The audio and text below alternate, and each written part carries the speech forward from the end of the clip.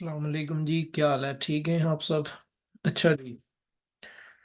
आज जो चैप्टर हमने स्टार्ट करना है ना, तो बहुत ही ज़्यादा इम्पोर्टेंट है। Basic framework of accounting. ठीक है। ये सारी की सारी अकाउंटिंग की जो थ्योरी है ना, वो यही चैप्टर है। ठीक है, पूरी की पूरी अकाउंटिंग इसमें मर्ज है कि आपने अकाउंटिंग कैसे करनी है। ये एक फ्रेमवर्क है जिसमें बताया गया है कि how you will do accounting. ठीक है, how you will make accounts. ठीक है, कैसे आपने अकाउंट्स प्रिपेयर करने हैं, फाइनेंशियल स्टेटमेंट्स बनानी है, डबल एंट्रीज आपने कैसे करनी है, किस बेसिस पे आप एंट्रीज कर रहे होते हैं, वो सब ये चैप्टर बताता है। और ये चैप्टर, ठीक है, ये बातें बताने का क्या मकसद है? ठीक है, जिस चीज पे मैं जोर देता हूं ना, वो बेस होती है। तो ये बेस है। जैसे मैंने पीछे क्या कहा है, डबल एंट्री। ठीक है, 5 एलिमेंट्स ऑफ अकाउंटिंग। ठीक है, double entry plus 5 elements of accounting, और देन ये चैप्टर। ठीक है, ये बेस बेस है, बेस पूरी अकाउंटिंग की बेस है। ये जिसको क्लियर हो जाएंगे ना, आराम से वो पूरी की पूरी उसको अकाउंटिंग आ जानी है। ठीक है, ये फ्रेमवर्क ऑफ अकाउंटिंग बताता है आपने अकाउंट्स कैसे प्रिपेयर करने हैं, कौन सी डबल एंट्री कहाँ पे यूज करनी है, कैसे यूज करना है। ठीक है, बेसिक प्रिंसिपल्स ऑफ अकाउंटिंग क्या है? अकाउंटिंग प्रिंसिपल्स, ठीक है, वो वाले मेथड्स, वो वाले वे जिनसे आप ट्रांजैक्शंस को डबल एंट्री की शेप देते हैं। ठीक है। ठीक है, कन्वेंशन, अकाउंटिंग प्रिंसिपल्स और कन्वेंशंस और एक्सेप्टेड प्रैक्टिस। ठीक है, एक्सेप्टेड मेथड्स, जो उसूल यानी अपनाए जाते हैं, which apply generally to transactions. Transactions पे अप्लाई होते हैं कि कैसे आपने ट्रांजैक्शंस के साथ डीलिंग करनी है। अंडरस्टूड। कन्वेंशंस क्या होता है? ये भी एग्रीमेंट्स होते हैं, डिफरेंट ग्रुप ऑफ पीपल आपस में बैठते हैं और किसी चीज को डिस्कस करके ना उसके बारे में डिसीजन देते हैं कि ये चीज ऐसे होनी चाहिए। ठीक है। तो ये होते हैं अकाउंटिंग प्रिंसिपल्स जिनकी बेस पे अकाउंटिंग होती है। ठीक है। तो अब क्या अकाउंटिंग प्रिंसिपल्स होते हैं, कैसे, वो हमने यहाँ पे डिस्कस करने हैं। ठीक है, तो ये क्या है? Developed by accountants over time. Accounting principles जो हैं, ये अकाउंटिंग इस तरह आपने करनी है, ये रेवेन्यू की आ जाए इसके करनी है, रेवेन्यू में ये चीज़ आ जाए ये ऐसे करनी है, एसेट्स में ये कैटेगरी आ गई, रेवेन्यू एक्सपेंडिचर को ऐसे रिकॉग्नाइज करना है statement of profit and loss में। ठीक है। तो कैपिटल एक्सपेंडिचर को नॉन करंट एसेट्स में रिकॉग्नाइज करना है, यानी ये इस तरीके से स्टेप बाय स्टेप डेवलप होती गई। ठीक है, देखो तो कि asset and liabilities financial position में रिकॉर्ड करनी है जी, ये हमने पीछे स्टेटमेंट्स पढ़ी हैं। तो ये कैसे हुआ? ये बड़े ही नहीं, कोई ऐसे ही नहीं हुआ कि इनको ऐसे रिकॉर्ड करना है, इनको ऐसे, बल्कि group of people, group of accountants हर वक्त बैठता है जरूरत के मुताबिक, फिर वो डिसीजन मेड करता है कि इस चीज को ऐसे डील किया जाए। जैसे जो भी नई चीज आती है, इवैल्यू क्या कहते हैं, एवोल्यूशन के साथ, यानी वर्ल्ड में एवोल्यूशन के साथ मॉडर्न टेक्नोलॉजीज आती हैं, तो उनकी डीलिंग भी साथ साथ की जाती है अकाउंटिंग में। अभी देखें क्रिप्टो करेंसी का चल रहा है। ठीक है, कोई अकाउंटेंट्स कह रहे हैं ऐसे करें, कुछ कह रहे हैं ऐसे करें, कुछ ऐसे कह रहे हैं, लेकिन इसके बारे में अभी कोई स्टैंडर्ड नहीं बना है। ठीक है, स्टैंडर्ड बन गया ना, तो वो उस पर बात डन हो जाएगी, फिर ऑलवेज उसी स्टैंडर्ड को फॉलो करना पड़ेगा। ठीक है। तो उस पे अभी बात बहस वगैरह जारी है कि इसको किस स्टैंडर्ड का नाम दिया जाए, कौन सा नया स्टैंडर्ड क्रिप्टो करेंसी के बारे में लाया जाए। ठीक है, ऐसे बैठ के वो डिसीजन मेक करते हैं, फिर वो एक प्रिंसिपल्स बन जाते हैं, रूल्स बन जाते हैं, जिनको फॉलो करना जो है बॉडीज के लिए, अकाउंटिंग बॉडीज के लिए मैंडेटरी हो जाता है। How assets and liabilities are valued, कैसे उनको वैल्यू किया जाता है, कास्ट बेस पे, मार्केट वैल्यू पे। ये आप साथ साथ पढ़ेंगे ना, तब ये क्लियर होगा, जब नेक्स्ट नेक्स्ट बुक्स में आप पढ़ते जाएंगे मजीद ट्रांजैक्शंस, एंट्रीज। लेकिन ये बेस है, इसकी बेस को आपने जहन में रखना है। What income and expenditure is recorded in the statement of profit और लॉस, कौन सा यानी रिकॉर्ड करना है और व्हाट अमाउंट रिकॉर्ड करनी है। ये मैं आपको एग्जांपल देता हूँ। जैसे रेवेन्यू की मैं आपको एग्जांपल देता हूँ कि कैसे आपने ये रिकॉग्नाइज करना है, कितनी अमाउंट रिकॉग्नाइज करनी है, कौन सा रेवेन्यू रिकॉग्नाइज करना है। रेवेन्यू वही रिकॉग्नाइज करना है जो आपने अर्न कर लिया हो, जो आपने अर्न नहीं किया वो नहीं रिकॉग्नाइज करना है। फॉर एग्जांपल, मेरा सेशन 30 डेज में आपका खत्म होता है FA2 का। ठीक है। तो आप मुझे फर्स्ट डे ही फी दे देते हैं, तो मैं ये फर्स्ट डे अपनी अकाउंटिंग में रिकॉर्ड नहीं कर सकता एज अ रेवेन्यू, क्योंकि ये मेरा रेवेन्यू नहीं है। क्यों? Revenue is only recognised when performance obligations are satisfied. तो मेरा रेवेन्यू उसी वक्त रिकॉग्नाइज होगा जब मैं आपको 30 डेज का लेक्चर डिलीवर कर दूंगा, तो उसके बाद मैं रेवेन्यू रिकॉग्नाइज करने का जिम्मेदार हूंगा, चाहे आप मुझे दें या ना दें। ठीक है, तब मैं रेवेन्यू रिकॉग्नाइज कर दूंगा। ठीक है, अगर एडवांस में आप मुझे देते हैं, मेरे लिए वो डेफर्ड इनकम होगी, और डेफर्ड इनकम लायबिलिटी होती है। डेफर्ड इनकम से मुराद ये इनकम मैंने अभी अर्न नहीं की है, डेफर्ड है, यानी एडवांस में मुझे पेमेंट हो गई है। ठीक है, डेफर्ड है, इसको मैं 30 डेज लगा के ये मेरी अर्निंग में जाएगी। ठीक है, अदरवाइज ये मेरी लायबिलिटी में पड़ी रहेगी। समझ गई? तो कैसे रिकॉग्नाइज करना है, कितनी अमाउंट रिकॉग्नाइज करनी है, अगर आपने मुझे समझ ले 10-30 हज़ार दे रहे हैं पर मंथ का। ठीक है, अब मैं फर्स्ट डे में कितना रिकॉग्नाइज कर सकता हूँ? अगर मैंने एक लेक्चर डिलीवर किया तो सिर्फ और सिर्फ 1000 रिकॉग्नाइज कर सकता हूँ। 29,000 मेरा डेफर्ड इनकम में जाएगा, क्योंकि ये मैं अर्न नहीं की, ये मैं अर्न कर चुका हूँ, चाहे आप दें या ना दें। ठीक है, आपने दे दी तब मैं 1000 रिकॉग्नाइज करूंगा, और 29,000 डेफर्ड इनकम है। आपने नहीं दी तो तब मैं 1000 रिकॉग्नाइज करूंगा, और 29,000 कुछ भी नहीं होगा। ठीक है, तो ये कुछ मेथड होता है, यानी कैसे रिकॉग्नाइज करना है, क्यों रिकॉग्नाइज करना है। ये मैंने रेवेन्यू का एक आपको सही वे बताया कि वो कैसे। बिजनेस एंटिटी आप पढ़ चुके हैं, ठीक है, कि लीगली सेपरेट होती है ओनर से। ठीक है, तो ओनर की पर्सनल एक्टिविटीज रिकॉग्नाइज नहीं करती, और ये खास करके कंपनी के लिए टर्मिनोलॉजीज होती है, क्योंकि ओ सोल ट्रेडर होते हैं और पार्टनरशिप वाले जो होते हैं, सोल ट्रेडर एंड पार्टनरशिप वाले जो भी होते हैं, वो लीगली सेपरेट नहीं होते। ठीक है, वो बिजनेस लीगली सेपरेट नहीं होते। लीगली सेपरेट से क्या मुराद है? अगर partner soul trader business loss में चला गया, उसने किसी का कर्ज देना है, तो सोल ट्रेडर ही देगा भाई।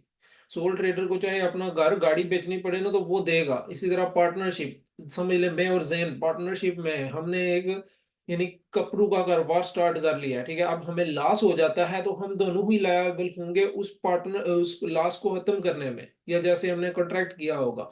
थर्ड टर्मिनोलॉजीज आती है कंपनीज। कंपनी की कैटेगरी होती है जिसमें ओनर सेपरेट, कंपनी सेपरेट। ठीक है, इसमें ओनर्स अलग, कंपनी अलग। कंपनी खुद एक नाम होता है। ठीक है, तो इसीलिए लोग कंपनी रजिस्टर करवाते हैं। कंपनी के बड़े बेनिफिट्स होते हैं। अब कंपनी पे डेट है, तो सिर्फ और सिर्फ कंपनी पे करने की लायबल होगी, जो कुछ कंपनी के पास होगा। ओनर्स पे कोई भी हाथ नहीं उठा सकता, फिंगर नहीं उठा सकता कि तुमने मेरा डेट देना है। ठीक है, तो ये कुछ स्कीम होता है। डबल एंटी डुअलिटी प्रिंसिपल आपको पता है, डेबिट एंड क्रेडिट वाला, और कुछ भी नहीं है। ठीक है, तो हिस्टोरिक कास्ट। अब देखें तो ये हिस्टोरिक कास्ट, ये किस किस कास्ट पे आपने रिकॉग्नाइज करना है। हिस्टोरिक कास्ट कौन सी होती है? हिस्टोरिक यानी तारीखी कास्ट, यानी पिछले ईयर से, प्रीवियस ईयर से रिलेट कर रही होती है। मिसाल के तौर पर, मैंने कंप्यूटर खरीदा 2022 ही कर लें, ठीक है, 22 में खरीदा। ये कौन सा ईयर है? 2023, फिर 2024। मैंने ये खरीदा था 40,000 में। ठीक हो गया, तो ये मेरी कौन सी कास्ट है? ये हिस्टोरिक कास्ट है, ये समझ लेना। आगे जो भी कास्ट होंगी आप खुद फिर रिलेट करेंगे। ठीक है, हिस्टोरिक कास्ट 40,000 यानी जो ओरिजिनल कास्ट होती है, जिस पे परचेज किया जाता है। ठीक है, अब जो है मैं इसकी डेप्रिसिएशन भी करता हूँ, क्योंकि मेरे लिए ये नॉन करंट एसेट है। डेप्रिसिएशन में हर साल करता हूँ कि इसकी 2,000 खर्चा आ जाता है, इन 2,000 से इसकी वैल्यू डिग्रेड हो रही है। ठीक है, डिग्रेड हो रही है, यानी मैं नेक्स्ट ईयर देखूँ तो ये कितने का सेल होगा? 38,000 का। ठीक है, फिर नेक्स्ट ईयर में देखूँ तो ये 36,000 का। हर साल में 2,000 इसकी डेप्रिसिएशन हो रही है। ठीक है, लेकिन ये कौन सी कास्ट पे मैं रिकॉग्नाइज कर रहा हूँ? हिस्टोरिक कास्ट पे। 40,000 थी, 38,000, 36,000, इसी सीक्वेंस में मैं डेप्रिसिएशन भी साथ साथ इसके एडिशन करवा के वो मैं कर रहा हूँ हिस्टोरिक कास्ट की बेस पे। ठीक है, अब मार्केट वैल्यू पे हो तो फिर क्या होगा? मार्केट वैल्यू एक अलग चीज होती है। अब साल गुजरने के बाद मैं इसकी मार्केट लगवाऊंगा। इस लैपटॉप की मैंने 40,000 का खरीदा, अब मैं मार्केट लगवा रहा हूँ तो मुझे 45,000 का मिल रहा है। ठीक है, 45,000 का मिल रहा है, जबकि देखो हिस्टोरिक कास्ट पे इसकी क्या वैल्यू आ रही है? 38,000। ये हिस्टोरिक कास्ट वे है, ये मार्केट वैल्यू है, मार्केट वैल्यू कास्ट मेथड। ठीक है, तो समझ आ रही है? तो इसी तरीके से जो है ये रिवैल्यूएशन की कैटेगरी में भी आ जाता है। एक रिवैल्यूएशन मॉडल होता है, एक कास्ट मॉडल। ये नेक्स्ट चीज़ें हैं जो आप आहिस्ता आहिस्ता पढ़ते जाएंगे। अभी आपको बस ये जहन में कॉन्सेप्ट आ गया ना, हिस्टोरिकल कास्ट मार्केट वैल्यू कौन सी होती है। ठीक है, अब मार्केट वैल्यू यूज़ कर रहे हैं तो आपको हर ईयर एंड पे उसकी मार्केट रेट यानी एज्यूम करना पड़ेगा। आप इसी तरीके से प्रीवियस कास्ट के मुताबिक नहीं आ सकते। ठीक है, तो अगर आपने एसेट बेचने के लिए लिया हुआ है कि आपका बेचने के इरादे है, तो मार्केट वैल्यू पे उसको रिकॉर्ड करें। अगर आपने यूज़ के लिए रखा हुआ है तो हमेशा हिस्टोरिक कास्ट को फॉलो करें। ये रेलिवेंसी वगैरह नेक्स्ट जो प्रिंसिपल्स हैं उस हिसाब से ज़रूरी है कि आप फाइनेंशियल स्टेटमेंट्स में इन एसेट्स को कैसे कैसे रिकॉग्नाइज करेंगे। ठीक है, तो ये देखें तो for example a property is shown in the financial accounts at its original cost not at the value of the property could be currently sold for all, तो this may not be show at true value of the business. ठीक है, original cost पे यानी historic cost पे रखी हुई है, हालांकि वो उस तरीके से नहीं शो हो रही है। It's at least objective, objective से मुराद यानी बिल्कुल हम इसके ओरिजिनल तक, ओरिजिन तक पहुंच सकते हैं। ऑब्जेक्टिव चीज होती है मुख्तसर, जिसको आराम से हम ट्रैक बैक कर सकते हैं। ठीक है, in that original cost of the property is a fact. ठीक है, जिसमें ओरिजिनल कास्ट एक फैक्ट होती है। Any current market value valuations would be based on opinions of the various valuers. ठीक है, opinion of the various valuers होता है। अब प्रॉपर्टी की कास्ट ओरिजिनल कास्ट पे हमने लगाई है, डेप्रिसिएशन लगाते हैं उस पे। ठीक है, पहले 10 लाख की खरीदी थी, अभी जो है समझ लें 5 सालों बाद उसकी हमने डेप्रिसिएशन निकाल के वैल्यू कर दिया 8 लाख। ठीक है, तो ये ओरिजिनल कास्ट की बेस पे है, 10 लाख की है। अब हम वैल्यूअर से पूछते हैं यार इसकी वैल्यू कितनी क्या होती होगी, वो कहता है यार ये मार्केट से थोड़ी आउटसाइड है, इसको ये 5 लाख में बिकेगी। कोई वैल्यूअर आगे कहता है 9 लाख में बिकेगी, कोई आगे कहता है 8 लाख में, कोई कहता है 11 में बिकेगी, सेल होगी। ठीक है, तो मार्केट वैल्यू एक सब्जेक्टिव होता है। सब्जेक्टिव यानी जिसमें डिफरेंट काइंड ऑफ ओपिनियंस कायम हो सकती हैं, लेकिन ये original caste basis, historic caste basis objective होता है। ठीक है, मैं अभी फिर भी डिटेल में बहुत जा रहा हूँ, अभी मुझे शॉर्ट शॉर्ट करवाना है ये, मतलब कि आपको इस लेवल तक ही। ठीक है, आपको सिर्फ डेफिनेशन प्लस एग्जांपल के हवाले से आपने जहन में रखना है। कॉन्सेप्ट्स बहुत ज़रूरी हैं, ये पी लेवल तक आपका जान नहीं छोड़ेंगे, लास्ट पेपर तक बिल्कुल सेम ये की यही आएंगी। ठीक है, तो मस्ट जो है ना, आपने इनके बारे में प्रिपरेशन करनी है। ठीक है, नेक्स्ट जो है मटेरियलिटी। अब मटेरियलिटी, मटेरियलिटी से क्या मुराद होता है? मटेरियल, मटेरियल से मुराद यहाँ पे इंपॉर्टेंट जो चीज डिसीजन मेकिंग के लिए मटेरियल है, जिसके ओमिशन से यूजर का डिसीजन मेकिंग रॉन्ग हो सकता है। ठीक है, उस चीज को कहते हैं मटेरियलिटी। ठीक है, फॉर एग्जांपल आपने, यानी मैं यहाँ पे कहता हूँ मेरा बिजनेस है। ठीक है, बिजनेस में मुझे सेल होती है 5,000 डॉलर की कर लें, एक्सपेंसेस हैं मेरे $4,000 के। ठीक है, प्रॉफिट है मेरा $1,000 का। अभी आप देखना, सेल यहां पे $1,000। ठीक है, $1,000 की सेल एक एडिशनल थी जो मैंने यहां पे नहीं लिखी, ओमिट हो गई मुझे, ओमिट हो गई मुझे, $1,000 की सेल नहीं लिखी मैंने। अगर मैं लिख दिया, आपने डिसीजन बनाना है। ठीक है, खुद ही सोचना है, मैं भी चलो बताता हूँ, लेकिन वीडियो पॉज करके आप खुद से ही सोचना है कि क्या आंसर होगा। ठीक है, $6,000 और $4,000 मेरा प्रॉफिट आ गया $2,000।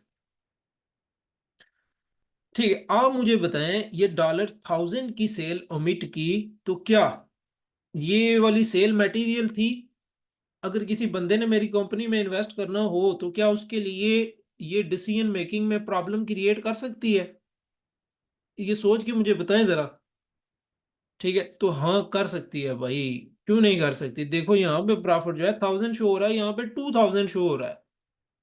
ठीक है, मैं तो कहूंगा ना, इस कंपनी, अगर ये कंपनी ए का नाम देता हूँ, बी का नाम देता हूँ, मैं कहता हूँ यार कंपनी बी में प्रॉफिट बहुत ज्यादा है, तो प्रॉफिट से ही तो मुझे मिलना है। जो शेयर होल्डर्स होते हैं उनको तो प्रॉफिट से ही मिलता है, इन्वेस्टर्स को प्रॉफिट से ही मिलता है।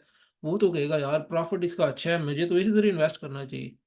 ठीक है, देखो कंपनी एक ही है लेकिन दो पर्सपेक्टिव बन रहे हैं, तो डिसीजन मेकिंग पे इम्पैक्ट पड़ रहा है, तो ये थिंग मटेरियल है। ठीक है, अगर मैं कहूं कि 50 की सेल मैंने नहीं लिखी, $50 की सेल मुझसे अमिट हो गई, तो यहाँ पे 1050 बनता है, तो 1000 यहाँ पे है, तो ये इतनी मटेरियल नहीं है। ठीक है, ये इमैटेरियल अमाउंट में आ जाएगी। ठीक है, ये तो मैं छोटे छोटे लेवल पे सेल बता रहा हूँ। ठीक है, इसको चलो $10 कर लें, यानी बिल्कुल कम कर लें, यानी थोड़ा सा डिफरेंस हो, $1000 to 10। ठीक है, तो जितना बड़ा डिफरेंस आता जाएगा उतनी चीज मटेरियल होती जाएगी। अंडरस्टूड? तो ये एग्जांपल भी पढ़ लेना, तो ये भी आपका क्लियर हो जाएगा। रेलिवेंस भी सेम ही कॉन्सेप्ट होता है कि relevant to the decision of the users. ठीक है, कि ये चीज रेलिवेंट है डिसीजन मेकर के लिए। ठीक है, कि क्या डिसीजन मेकर इसके जरिए से उसका डिसीजन इंपैक्ट हो सकता है। ठीक है, मटेरियलिटी कॉन्सेप्ट ज़हन में रखना यार। Audit, AAA, AA, F5, performance management, पूरे एग्जाम्स में ये मैंने कहा अकाउंटिंग की बेस है। जैसे मैं कह रहा हूँ ना, ये एक तीसरी चीज है, ये थ्योरेटिकल अकाउंटिंग है, ये सारी की सारी थ्योरी है। ठीक है, अकाउंटिंग की थ्योरी बस यही है कि अकाउंटिंग आप कैसे कर सकते हो, यहाँ पे है। गोइंग कंसर्न, गोइंग कंसर्न मैंने वैसे जिक्र किया है, दोबारा से मैं एक्सप्लेन करता हूँ। Going concern, it is an assumption that business will continue for the future and minimum 12 months, कि बिजनेस जो है जो कंटिन्यू रहेगा आने वाले 12 मंथ्स के लिए, कम से कम भी बिजनेस जो है ना, हमें पता है नेक्स्ट 12 मंथ्स चलेगा ही चलेगा। अंडरस्टूड? ठीक है, तो ये गोइंग कंसर्न होता है। गोइंग कंसर्न, कंसर्न एक एग्जाम्पशन, ख्याल, गोइंग यानी जारी रहने वाला, कि बिजनेस हमारा अगले साल तक जारी रहेगा। ठीक है, तो ये होता है गोइंग कंसर्न एजम्पशन। अगर ये एजम्पशन हो तो हम जो है फाइनेंशियल स्टेटमेंट अकाउंटिंग स्टैंडर्ड्स के मुताबिक बनाते हैं। जो जो स्टैंडर्ड कहता है, तो स्टैंडर्ड एक सा नहीं होता, ये आपको अभी समझ नहीं चलेगा, स्टैंडर्ड्स बहुत ज्यादा होते हैं। यहाँ पे भी आप कुछ दो चार स्टैंडर्ड्स पढ़ेंगे, F3 में भी आप कुछ स्टैंडर्ड्स पढ़ेंगे, F7 में आप जाके ना फुल स्टैंडर्ड्स पढ़ेंगे स्किल लेवल के एग्जाम में। ठीक है, कि इसकी अकाउंटिंग कैसे करनी है, रेवेन्यू की अकाउंटिंग कैसे करनी है, एक्सपेंडिचर्स की अकाउंटिंग कैसे करनी है, रेवेन्यू एक्सपेंडिचर की अकाउंटिंग कैसे करनी है, रेंटल की, रेंटल एक्सपेंस की अकाउंटिंग आपने कैसे करनी है, क्या क्या रूल हैं, टैक्स कैसे कैलकुलेट करना है, क्या क्या रूल्स हैं, ये सारा कुछ स्टैंडर्ड्स बताता है। ठीक है, डेट की अकाउंटिंग आपने कैसे करनी है, ये नहीं सिर्फ अकाउंटिंग में होता कि डेट ले लिया आपने बस जी क्लियर। ठीक है, इस बंदे से 5 लाख लिया, इनकी अकाउंटिंग ऐसी होती है ना, बंदे को घुमा देती है। शेयर्स बेस्ड अकाउंटिंग होती है, IAS, IFRS 2। ठीक है ना, बड़े आगे स्टैंडर्ड्स में जब बंदा जाता है ना, फिर पता चलता है मैं अब अकाउंटिंग में आया हूँ। तो ये बेस है। जब गोइंग कंसर्न हमारा बिजनेस यानी रन करेगा नेक्स्ट 12 मंथ्स के लिए, तो हम अकाउंटिंग स्टैंडर्ड्स के मुताबिक अकाउंटिंग करते हैं। अगर हमें डाउट हो यार बिजनेस की हालत इतनी खराब हो गई है, अब तो उसके पास अपनी कैश तक नहीं रही कि वो सामान परचेज कर सके, वो इतना डेट में मकरूज हो गया और अब उसको कोई डेट भी नहीं दे रहा है, तो फिर क्या वो बिजनेस नेक्स्ट 12 मंथ तक चल सकेगा? इम्पॉसिबल है भाई। जब बिजनेस की ऐसी कंडीशन हो जाएगी तो बिजनेस वो रन ही नहीं कर सकेगा। तो बिजनेस वो रन नहीं कर सकेगा तो वो गोइंग कंसर्न अजम्पशन पे पूरा नहीं उतर रहा होगा। वो गोइंग कंसर्न अजम्पशन पे पूरा नहीं उतर रहा तो हम उसकी अकाउंटिंग अकाउंटिंग स्टैंडर्ड्स के मुताबिक नहीं करेंगे। तो उसकी अकाउंटिंग किस बेसिस पे होगी? ब्रेकअप वैल्यू बेसिस पे। ब्रेकअप बेसिस पे क्या अकाउंटिंग? ब्रेकअप यानी वो अब खत्म हो गया, बिजनेस टूट गया। ठीक है, अब वो अकाउंटिंग स्टैंडर्ड्स पे नहीं रहेगा। अब उसकी क्या करेंगे? सम एसेट्स में be sold at less than their value in the statement of financial position. ठीक है, एसेट्स को उनकी नेट रियलाइजेबल वैल्यू पे रिकॉग्नाइज करेंगे। ठीक है, नेट रियलाइजेबल वैल्यू पे यानी जिस पे वो बिकने के काबिल होंगे, जिस पे उसकी सेल हो रही होगी उस टाइम, यानी उस वक्त उनकी मार्केट लगा के ना उस पे रिकॉग्नाइज करेंगे। कोई हिस्टोरिक कास्ट वगैरह का चक्कर नहीं रहेगा। ठीक है, property may be sold out of value in excess that shown in the statement of financial position based on original cost. ठीक है, तो ये देखें कि जो प्रॉपर्टी होगी हमने उसको ओरिजिनल कास्ट पे इसलिए रखा हुआ था क्योंकि हमारे वो यूज में है, तो यूज करने के लिए हमेशा चीज को ओरिजिनल कास्ट पे रखते हैं। ठीक हो गया? तो अब प्रॉपर्टी हमारे यूज में नहीं है, मतलब अब हम उसको नेक्स्ट ईयर के लिए यूज नहीं कर सकते क्योंकि बिजनेस ही स्टॉप होने वाला है। तो प्रॉपर्टी जाहिर है मार्केट वैल्यू जब लगेगी प्रॉपर्टी की वैल्यू ज्यादा होगी उस टाइम। तो उस बेस पे हम वैल्यू रिकॉग्नाइज करते हैं। इन्वेंटरी, इन्वेंटरी पे जिस वैल्यू पे होगी, मिसाल के तौर पर हमारे पास कपड़े हैं जी, ठीक है, कपड़ों की शॉप है। अब एक एक सूट हम करके बेचते हैं, ज़रा महंगा बेचते हैं, ठीक है। अब हमने बिजनेस ही खत्म करना है, हम कहते हैं यार जैसे मर्जी बिक जाए सही। तो वो उस वक्त उनकी कम वैल्यू लगेगी। अंडरस्टूड। तो some customers may decide not to pay the business if it is known the business is about to go into liquidation, तो उस वक्त भी लॉस। तो वो कस्टमर के रिसीवेबल भी खत्म करने पड़ेंगे, ठीक है। For example assets are valued in manner that may not reflect their current value, ठीक है। गोइंग कंसर्न में आपने करंट वैल्यू पे नहीं लगाना। This does not really matter because the going concern suggest that assets will be retained and used in the business, ठीक है। ये वाली बात नहीं है। अब गोइंग कंसर्न कहते हैं आपने एसेट को मार्केट वैल्यू पे नहीं रिकॉर्ड करना है, ऐसा नहीं है भाई। ये जो होता है ना, ये भी कॉन्सेप्ट्स आपको आस्ते आस्ते समझ में आते जाएंगे। ये इंडिविजुअल इंडिविजुअल एसेट की नेचर पे बेस करता है कि कौन से एसेट को कैसे रिकॉग्नाइज करना है, किस एसेट को मार्केट वैल्यू पे रिकॉग्नाइज करना है और किस एसेट को आपने ओरिजिनल कास्ट पे रिकॉग्नाइज करना है। जो एसेट्स अपनी वैल्यू चेंज करते रहते हैं और हमने सेलिंग के पर्पसेस के लिए लिए हुए हैं, उनको मार्केट वैल्यू पे रिकॉर्ड किया जाता है, ठीक है। और जो एसेट्स यानी रिटेन के पर्पसेस, यूज के पर्पसेस के लिए रखे जाते हैं, वो हिस्टोरिक कास्ट के मुताबिक रिकॉर्ड किए जाते हैं, ठीक है। ये सारी चीजें जहन में रखना, मैं कोई चीज स्किप नहीं कर रहा हूं, तो आपका काम है कि इन सब चीजों को जहन में डालें, चाहे नोट डाउन करते रहें, ठीक है। A more accurate valuation would mean very little because there is no question of assets being sold, ठीक है। बता रहे हैं कि गोइंग कंसर्न में एसेट सोल्ड करने का कोई इरादा नहीं होता है, इसलिए वो वैल्यूएशन एक्यूरेट होती है। एक्रूअल्स, एक्रूअल्स का कॉन्सेप्ट ऊपर समझ ले, मैं आपको बता भी चुका हूं, एक बार रेवेन्यू के एग्जांपल में दोबारा मैं देता हूं, ठीक है। Income should be recognised when it is earned. Income is recognised in the financial accounts when it is earned, irrespective of whether you are receiving cash or not, ठीक है। सिंपली इनकम, इनकम एक broader term है। मैं अगर smaller लफ्जों में कहूं कि cell, cell को भाई आपने रिकॉग्नाइज करना है जब वो अर्न हो जाए। अर्न कब होती है? अर्न तब होती है जब आप परफॉर्मेंस ऑब्लिगेशन सेटिस्फाइड हो जाता है। अगर परफॉर्मेंस ऑब्लिगेशन सेटिस्फाइड नहीं हुआ तो आप सेल रिकॉग्नाइज नहीं करोगे, चाहे आपको कैश मिल भी गई तो तब भी नहीं रिकॉग्नाइज कर सकते सेल। एक्रूअल्स प्रिंसिपल यही कहता है, income is recognised when earned, when it is earned, ठीक है। तो and when expenditure is recognised when it is incurred, ठीक है। एक्सपेंडिचर को भी उस वक्त रिकॉग्नाइज कर दो जब वो इंकर्ड, इंकर्ड का मतलब हो जाए, ठीक है। आपको बिल पड़ गया तो आप रिकॉग्नाइज कर दो, चाहे आपने पे किया या नहीं किया। और बिल जो है उसी अरसे से रिलेट करना चाहिए। मिसाल के तौर पर ये है 2022 टू 2023, ठीक है। 23 year and 31 December 23 year and की मैं फाइनेंशियल स्टेटमेंट्स बना रहा हूँ। Statement of profit and loss है, ठीक है जी। क्लियर है यहां तक?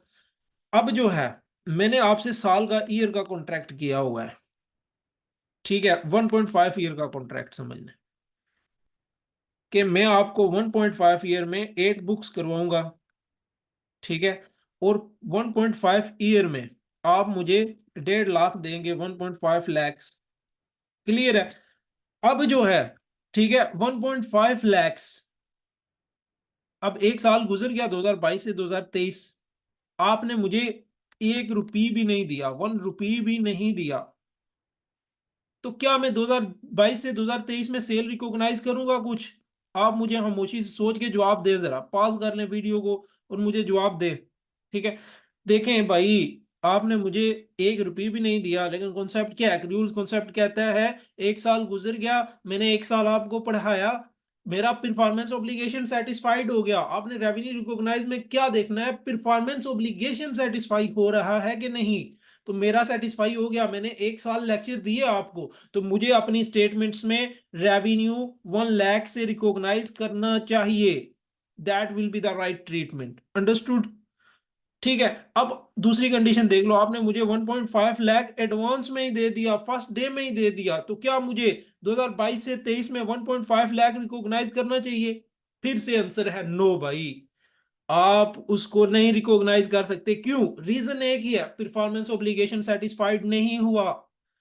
ठीक है, 2022 से 2023 में मैं देखूंगा कि मेरा अब यानी 1 जनवरी से अब मैंने 31 दिसंबर तक टाइम हो गया, अब मेरे पास है कि मैं 1 लाख रिकॉग्नाइज कर सकता हूं, क्योंकि एक ईयर गुजर गया, एक ईयर का 1 लाख, हाफ ईयर का 0.5 लाख।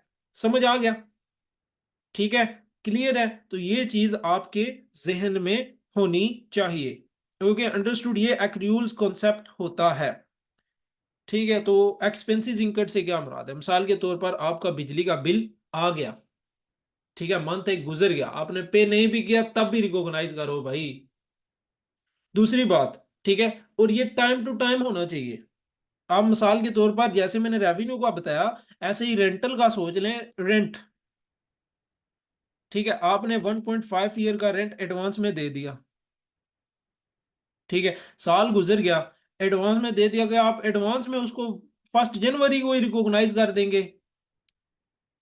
एक्सपेंस नहीं भाई, एक्सपेंस इंकर्ड होगा तो आप रिकॉग्नाइज करोगे। 1.5 ईयर है, आपने दे दिया, समझ लो 50,000 बिल्डिंग का रेंट।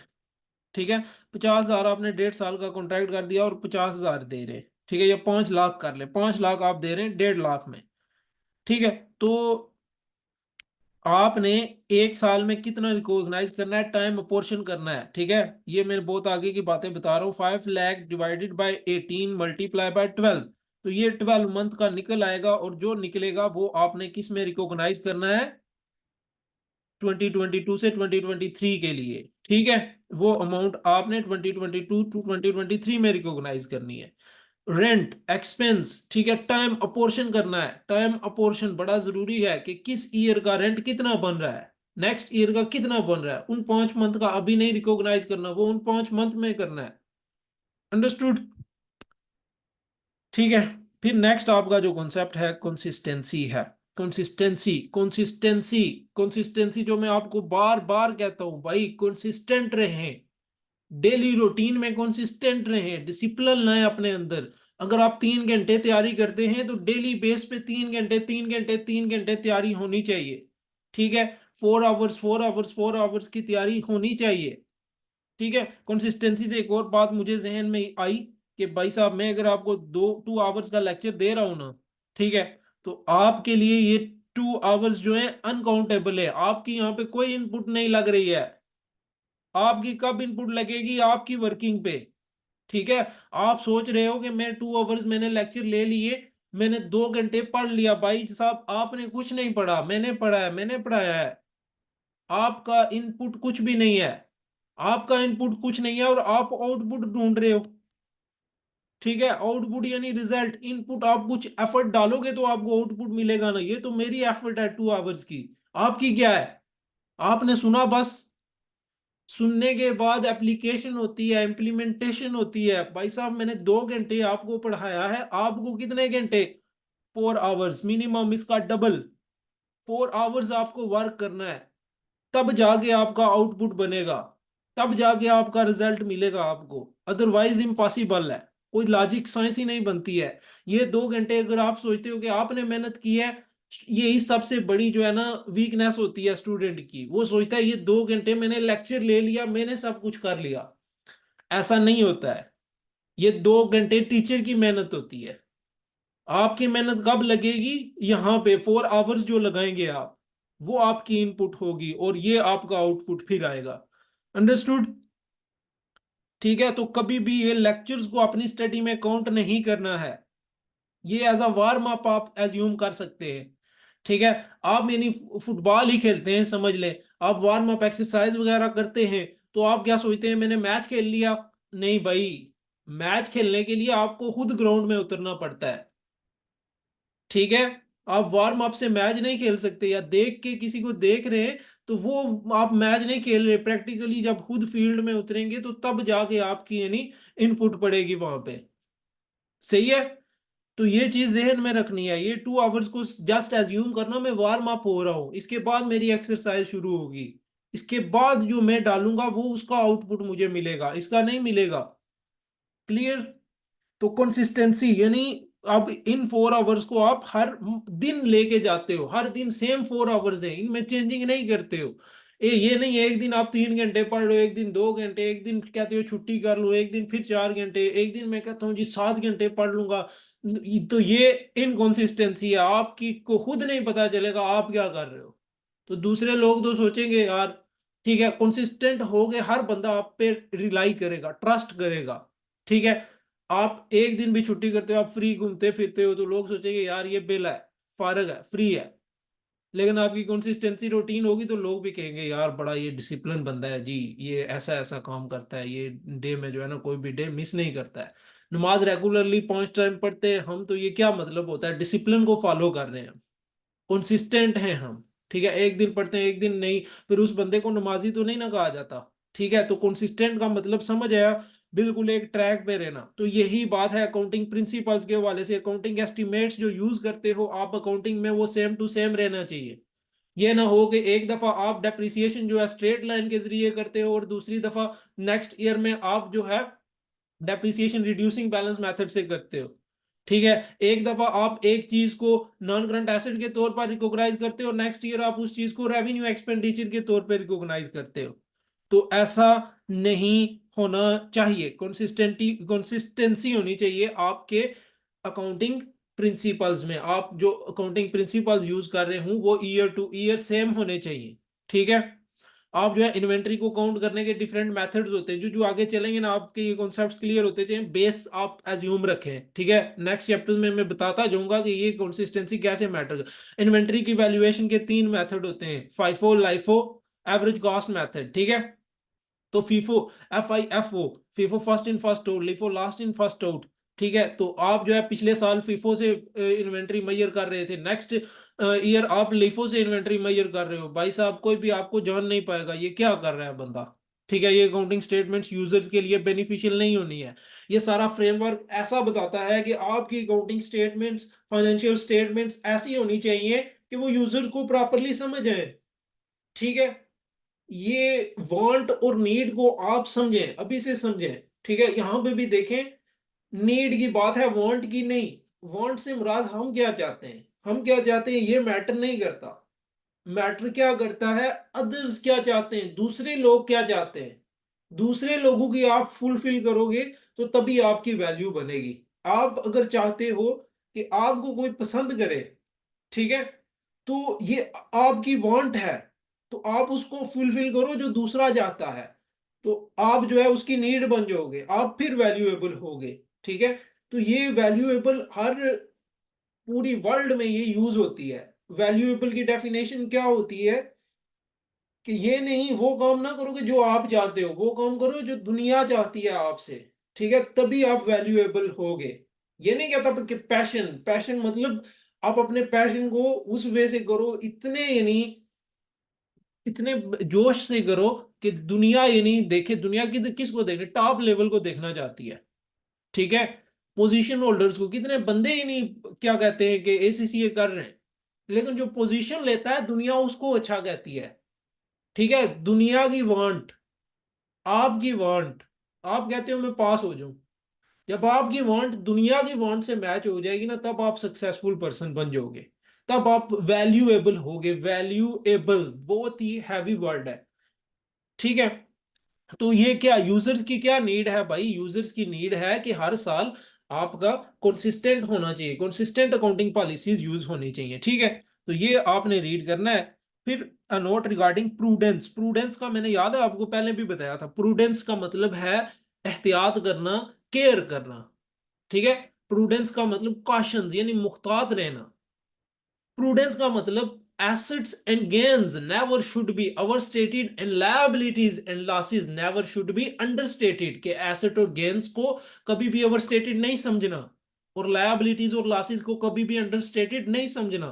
यानी आपने कभी अपने आप को ओवर एज्यूम नहीं करना, हाँ भाई साहब मुझे सब कुछ आता है। ठीक है, आपने ये अगर एज्यूम कर लिया ना, हाँ भाई साहब मुझे सब कुछ आता है, आप उसी से डिग्रेड यानी होना स्टार्ट हो गए उसी दिन से। आपने ये भी अज्यूम कर लिया मुझे FA2 का ये चैप्टर आता है और मैं सबसे बेस्ट हूं, भाई डिग्रेड होना स्टार्ट हो गए हो आप। ठीक है, कभी भी ओवर एजम्पशन मत रखो, हमेशा खुद को लो एजम्पशन पे रखो। यार मुझे अभी वर्क करना है, अभी वर्क करना है, मुझे सबसे ऊपर जाना है, सबसे टॉप पे वर्क करना है, वर्क करना है, वर्क करना है। ठीक है, अभी मैं उस लेवल पे नहीं पहुंचा हूं, अभी मैं उस लेवल पे नहीं पहुंचा हूं। तो ओवर एजम्पशन कभी नहीं करना। ठीक है, तो liabilities and losses should never be understated, और अपनी वीकनेस को कभी भी इग्नोर नहीं करना, उनको अंडरस्टेट नहीं करना। उनको हमेशा समझना, यार ये मेरी वीकनेस है, ये सबसे बड़ी प्रॉब्लम है मेरी, यार इस पे मैंने काबू पाना ही पाना है। ठीक है, उसको अंडरस्टेट नहीं करना, वीकनेस है तो है, उस पे काबू पाने के तरीके देखो। ठीक है, तो बिजनेस टर्मिनोलॉजीज में भी यही कि आप अपने एसेट्स और गेन्स को ओवरस्टेटेड ना करो भाई, कि इतने ओवरस्टेटेड कर दो कि जब ओरिजिनल में वैल्यू आए तो आपको यानी अचानक से जो है झटका लगे। आप सोच रहे हो मेरे एसेट्स की वैल्यू 10 लाख है भाई, तो असल में जब उसकी वैल्यूएशन हो तो 7 लाख निकले, इसका मतलब 3 लाख से एसेट्स ओवरस्टेट हुए हुए थे। तो झटका नहीं लगेगा आपको। जब लायबिलिटीज आपने सोच रहे हैं कि मैंने सिर्फ 2 लाख देने, तो जब देने की बारी है, सब कुछ कैलकुलेट हो अच्छे तरीके से, तो वो 5 लाख बने। ठीक है, समझ आई? तो ये भी एक झटके वाली बात है। तो प्रूडेंस ये कहता है कि assets and losses should never B overstated, and liabilities and losses, sorry, assets and gains should never be overstated and liabilities and losses should never be understated। उम्मीद करता हूं समझ आ गई होगी, और ये रीड आप कर लीजिएगा। ठीक है, तो ये देखें, तो ये थोड़ा सा लिखा हुआ है, चले मैं ये आपको रीड करवा देता हूँ। In condition of uncertainty a cautious approach should be taken. ठीक है, ये वही डेफिनेशन है। Sales and profit should not be included in the statement of profit or loss until cash has been received or there is reasonable certainty that the cash will be received। ठीक है, ये किन conditions में? Uncertainty conditions में।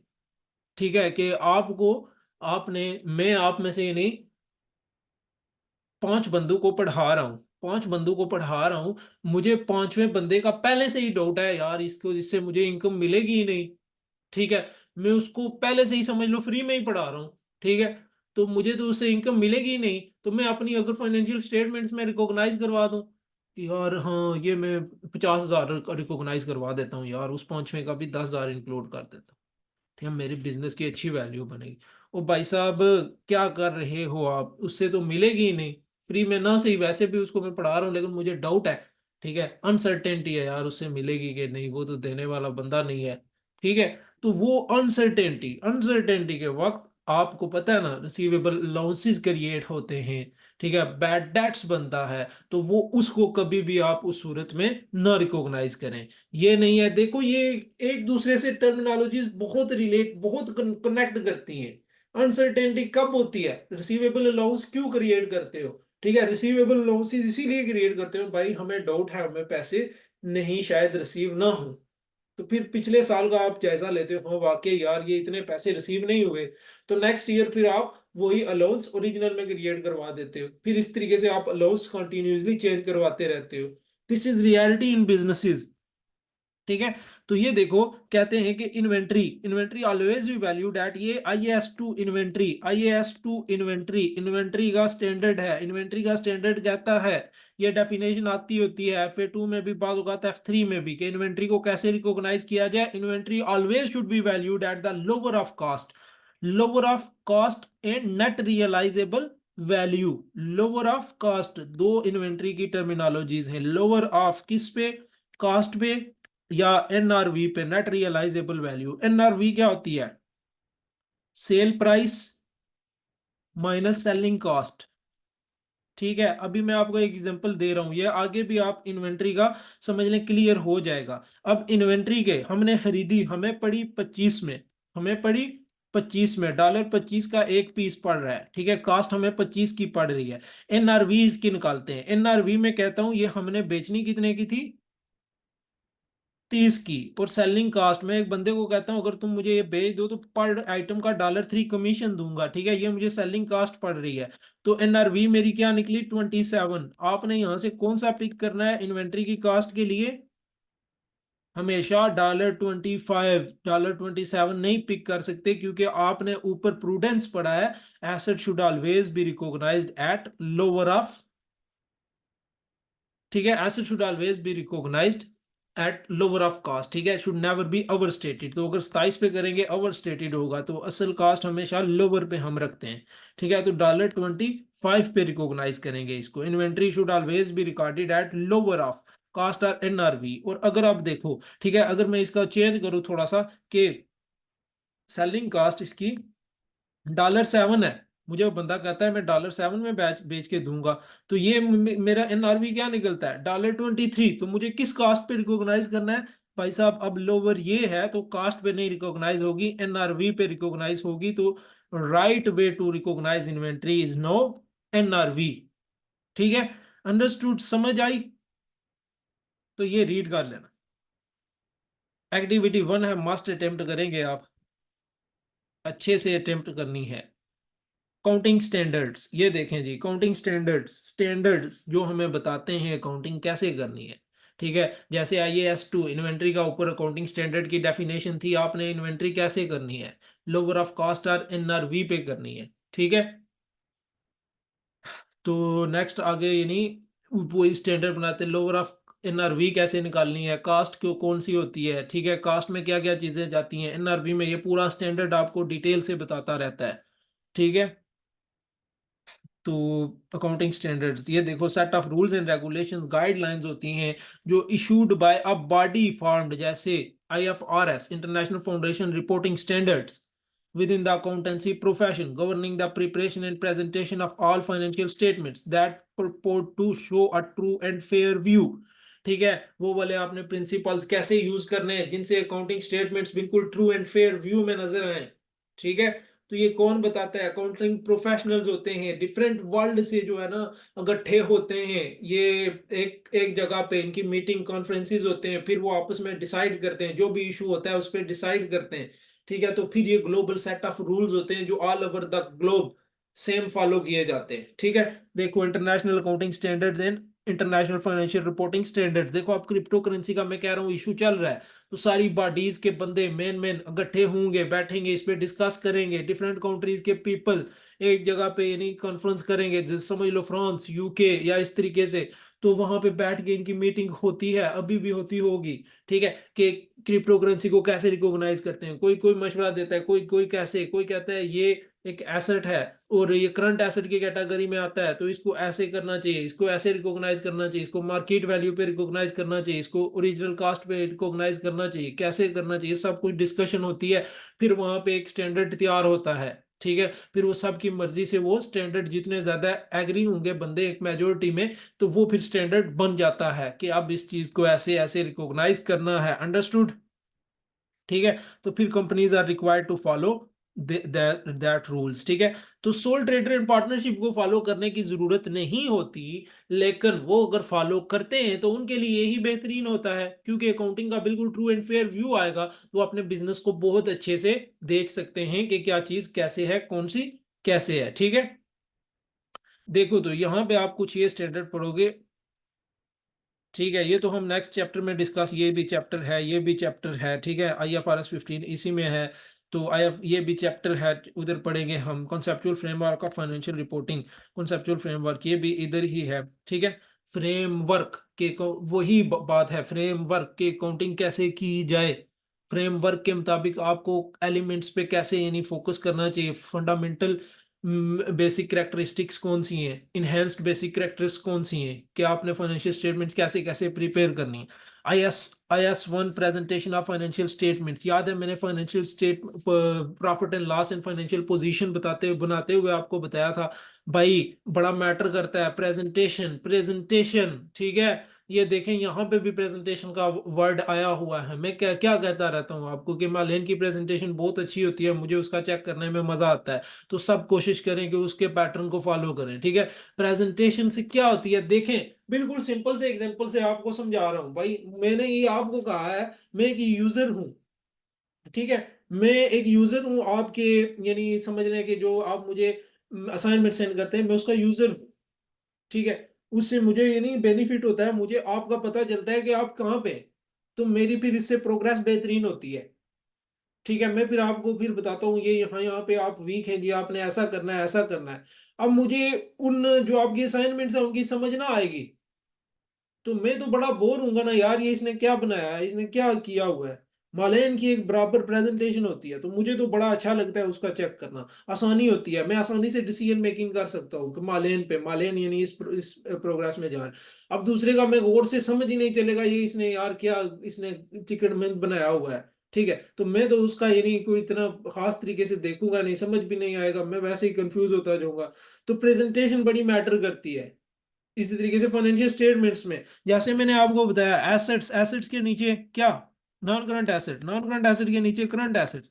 अब आपने non current asset में भी कोई करंट एसेट डाला हुआ है, या ऊपर करंट एसेट लिखा है, नीचे नॉन करंट एसेट लिखा है, तो ये फिर प्रेजेंटेशन अच्छी नहीं है। या आपने एसेट की बजाय लायबिलिटीज टॉप पे लिखी हैं, ठीक है, फिर नीचे एसेट लिखे, फिर नीचे कैपिटल अकाउंट्स लिखा है, तो ये भी प्रेजेंटेशन रॉन्ग है। ठीक है, इसी तरीके से जैसे मैंने आपको बताया था, सबको, पहली बात, सबको स्टेटमेंट ऑफ फाइनेंशियल पोजीशन और statement of profit and loss का फॉर्मेट जबानी होना चाहिए।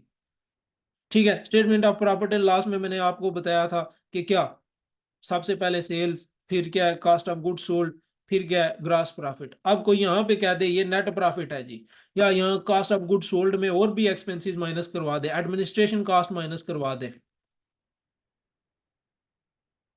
ठीक है, और कौन से यानी इंटरेस्ट कॉस्ट यहां से माइनस करवा दे, तो रॉन्ग प्रेजेंटेशन है भाई। प्रेजेंटेशन बड़ी अच्छी होनी चाहिए, फॉर्मेट प्रॉपर होना चाहिए, ताकि अगले बंदे को आराम से समझ आए, ये ट्रेडिंग एक्टिविटी है, ये नॉन ट्रेडिंग एक्टिविटीज के एक्सपेंस हैं, ठीक है, ये प्रॉफिट बिफोर टैक्स है। ठीक है, बिल्कुल क्लियर। तो importance of fair presentation, fair presentation की क्या इंपॉर्टेंट है ऊपर बताया है कि बिल्कुल यानी क्लियर हो जाता है। ठीक है, फेयर प्रेजेंटेशन, बिल्कुल आप फेयर प्रिंसिपल्स यूज कर रहे हो जो उस एसेट के मुताबिक यूज कर रहे हैं, यूज हो रहे हैं। फेयर प्रेजेंटेशन, एसेट्स, एसेट अगर आप यूज के लिए रख लें तो क्या करें, ओरिजिनल कास्ट पे, एसेट्स अगर आप सेलिंग के लिए रख रहे हैं मार्केट वैल्यू पे रिकॉग्नाइज करें। ठीक है, selecting and applying appropriate accounting policies, presenting information in a manner that provides relevant, reliable, comparable and understandable information। ठीक है, रेलिवेंट होना चाहिए उसके, यूज के लिए कर रहे हैं तो हिस्टोरिक कास्ट, रिलाइएबल होना चाहिए, हिस्टोरिक कास्ट है, रिलाइएबल है भाई, क्योंकि हम यूज के लिए रख रहे हैं, कंपेरेबल। ठीक है, अकाउंटिंग पॉलिसीज उनका सेम होनी चाहिए, सेम बेसिस पे, पिछले साल हमने उसके यूज के लिए रखा है तो हिस्टोरिक कास्ट पे रिकॉग्नाइज कर रहे हैं, इस साल हम उसको मार्केट वैल्यू पे रख लें भाई, कोई कंसिस्टेंसी नहीं है। ठीक है, कंपेरेबल, लास्ट ईयर से कंपेरेबल होने चाहिए। अब कैसे कंपेरेबल होगा, इस साल तो हम उसको मार्केट वैल्यू पे कर रहे हैं, पिछले साल हमने उसको कास्ट पे किया था, कैसे कंपेयर करोगे, इम्पॉसिबल है कंपेयर करना। कंपेयर तो उन चीजों को किया जाता है ना जो सेम नेचर की हो। ठीक है, एक फुटबॉलर को एक क्रिकेटर से आप कंपेयर नहीं कर सकते, तो यही बात है, स्टैंडर्ड जो सेम पॉलिसीज फॉलो होंगी उन्हीं को हम, या सेम एस्टिमेट्स होंगे उन्हीं को हम कंपेयर कर सकते हैं। ठीक है, तो ये कंपेरेबिलिटी, कंपेरेबिलिटी आपकी फाइनेंशियल स्टेटमेंट्स इस वे में प्रिपेयर हूं कि आप जो है अपने ही प्रीवियस ईयर से उसको कंपेयर कर सकें, या फिर अपने ही फील्ड इंडस्ट्री की अदर कंपनीज से आप उसको कंपेयर कर सकें। ठीक है, तो उन सब में कंसिस्टेंसी होनी चाहिए, अंडरस्टैंडेबल, ये भी प्रेजेंटेशन का समझ लें एक मेन पॉइंट है। All applicable international standard will normally B Fairlie presented. अगर आप अकाउंटिंग स्टैंडर्ड्स के मुताबिक अपनी प्रेजेंटेशन बना रहे हैं, अकाउंटिंग स्टेटमेंट्स बना रहे हैं, फाइनेंशियल स्टेटमेंट्स बना रहे हैं, तो वो नॉर्मली फेयरली प्रेजेंटेड होंगे कि कौन सा अकाउंटिंग स्टैंडर्ड किस जगह पे लगना है, क्यों लगना है, कैसे लगना है, तो बिल्कुल जबरदस्त होता है। ठीक है, so important that it over rides all other considerations. ठीक है, कि इनको जो है ना, ये फाइनेंशियल स्टैंडर्ड्स को, financial statement should be Fairlie presented, ये बिल्कुल फेयरली प्रेजेंटेड होनी चाहिए, ताकि अदर कंसिडरेशंस को ओवरराइड्स किया जा सके। This means that sometimes may be necessary to depart from the requirements on accounting standard in order to achieve a fair presentation. ठीक है, बाज औकात अकाउंटिंग स्टैंडर्ड से हट के भी हमें, जो बात अकाउंटिंग स्टैंडर्ड कह रहा है ना उससे हट के भी हमें जो है अपनी करनी पड़ती है। ठीक है, कि मार्केट वैल्यू पे हम, क्योंकि हमारे बिजनेस में एस्टिमेट्स भी यहाँ पे लगते हैं, अकाउंटिंग कोई आसान नहीं है, मतलब ये कोई ये नहीं है कि देखा और कर ली, क्रिएटिव थिंकिंग यहाँ पे यूज होती है। ठीक है, कि इस चीज को, इस आइटम को आप कैसे यूज करोगे, ठीक है, वो फिर उस यूज करने के हवाले से आप उसको चेंज कर दोगे। स्टैंडर्ड कुछ कह रहा है आप, यानी क्यों, यूज के लिए, आसानी के लिए, कि अंडरस्टैंडेबल हो, मैं जिस वे से बना रहा हूं वो बिल्कुल परफेक्ट वे है, होना ही ऐसा चाहिए। ठीक है, तो फिर आप स्टैंडर्ड से थोड़ा हट सकते हो, अदरवाइज नो इशू। ठीक है, अदरवाइज आप नहीं हट सकते। ठीक है, अगर आप सोचते हो कि ऐसा करने से ज्यादा फेयर व्यू जाएगा तो फिर बेस्ट है भाई, अदरवाइज नहीं। ठीक है, आप रिवैल्यूएशन मॉडल यूज कर, ये नेक्स्ट जो है ना एग्जांपलें जो है बहुत लंबी हो जाती हैं। तो ये जब आप साथ साथ बेस आपकी होनी चाहिए कि बेसिक यानी डेफिनेशन क्या है, एग्जांपल क्या है थोड़ी सी। तो आगे जब आप चलते जाएंगे ना, स्टैंडर्ड में जाएंगे, तो हमेशा जो है एक बात मेरी याद रखना है, स्टैंडर्ड्स में जब भी आप जाएंगे, जब भी पढ़ते रहेंगे, तो हमेशा ये जो सारी थ्योरी लिखी हुई है इनसे कंपेयर करवाना है उसको। ठीक है, अकाउंटिंग पॉलिसी क्या है यहाँ पे जी, उस स्टैंडर्ड में हमने क्या क्या पढ़ा है जी, उस स्टैंडर्ड से मुराद रेलिवेंस क्या है जी, उस स्टैंडर्ड से मुराद अदर थिंग्स क्या है। Accounting concepts, IAS 1 identifies two accounting concept going concern, ये ठीक है, अब पढ़ चुके हो अकाउंटिंग कॉन्सेप्ट्स के वाले से। ठीक है, ये देख लेना कि इस बेसिस पे तैयार होनी चाहिए IS 1 प्रेजेंटेशन के वाले से। अकाउंटिंग पॉलिसीज, ठीक है, पॉलिसीज क्या होती हैं, specific principle, basis, convention, rules, practices adopted by preparing presenting financial statements. Policies के बारे में मैंने आपको बताया है। ठीक है, फीफो लीफो मेथड आप कौन सा यूज कर रहे हैं जी। ठीक है, आप अकाउंटिंग और वो सेम टू सेम फॉलो करना है। ठीक है, आपने जो है कैपिटल एक्सपेंडिचर में किसी को डाला है, अब नेक्स्ट ईयर में उसको रेवेन्यू एक्सपेंडिचर में नहीं डालना है। ठीक है, वो कैपिटल एक्सपेंडिचर में ही जाना चाहिए। ठीक है, तो कि कौन सा एलिमेंट किधर जाएगा, कौन सा आइटम किधर जाएगा, क्यों जाएगा, ठीक है, ये पॉलिसी से डिटरमिन होता है। अकाउंटिंग एस्टिमेट्स भी सेम इसी तरीके की चीज होती है कि हम एस्टिमेट्स लगा रहे होते हैं। ठीक है, जो अकाउंटिंग पॉलिसीज होता है ना, इनको समझ ले क्वालिटेटिव नेचर के होते हैं, और ये अकाउंटिंग एस्टिमेट्स क्वांटिटेटिव, क्वांटिटेटिव यानी वैल्यू देते हैं, और ये क्वालिटी के बारे में बताते हैं, कौन सी क्वालिटी अच्छी होगी, कौन सी हमें यूज करनी चाहिए। जैसे मैं आपको कहता हूँ कि हमें अलाउंस फॉर रिसीवेबल्स रखने चाहिए, अलाउंस फॉर रिसीवेबल्स मस्ट रखने चाहिए। अलाउंस फॉर रिसीवेबल्स करना, ठीक है, सेल्स में allowance for receivables, accounting receivable के लिए अलाउंस फॉर रिसीवेबल्स रखना, ठीक है, क्या है, एक पॉलिसी है। क्योंकि हमें पता होता है भाई, ये अगर हमारी सेल 10 लाख हुई है तो 10 के 10 लाख हमें नहीं मिल सकेंगे, शायद 9 लाख टोटल मिले, 1 लाख अलाउंस रिसीवेबल रखना मैंडेटरी है। ठीक है, लेकिन ये क्या है, पॉलिसी है अलाउंस रिसीवेबल रखना। एस्टिमेट रखने कितने चाहिए, वो एस्टिमेट से हमें पता लगेगा। वो एक प्रॉपर जो अच्छा अकाउंटेंट होगा वो एस्टिमेट लगा के बताएगा, यार ये इतने रखेंगे ना तो ऐसा होगा। ठीक है, फिर उनको हर ईयर ईयर पे फॉलो कर ले। ठीक है, अकाउंटिंग एस्टिमेट्स क्वांटिटेटिव नेचर और ये क्वालिटी के अलाउंस फॉर रिसीवेबल रखना है। ठीक है, जैसे डेप्रिसिएशन, डेप्रिसिएशन एक पॉलिसी है कि हमारा एसेट्स डी वैल्यू होता है तो हमने है हर साल उसकी वैल्यू को कम करना है, डेप्रिशिएट करना है। ठीक है, ये मिसाल के तौर पर मेरा लैपटॉप पहले 1 लाख का था, तो अभी जो है मैंने यूज़ किया, इस पे खराशें वगैरह आई। ठीक है, बटन के ऊपर से बहुत सारी चीज़ों पे से यानी वो क्या कहते हैं, मार्क्स वगैरह हट गए। ठीक है, तो मैं कहता हूँ यार अब ये पुराना हो गया, निशान इस पे काफ़ी पड़ गया, अब इसकी वैल्यू 20,000 से कम हो गई है। हर साल मैं इसको 5-5 हज़ार करता रहा हूँ, तो लैप का लिया था, आज 2 साल बाद ये 80,000 का है। ठीक है, ये होती है डेप्रिसिएशन आप कर रहे होते हो। तो मेथड कौन सा यूज करना है आपने, स्ट्रेट लाइन मेथड यूज करना है या रिड्यूसिंग बैलेंस मेथड, ये क्या है, ये आपका एस्टिमेट है। ठीक है, समझ आई।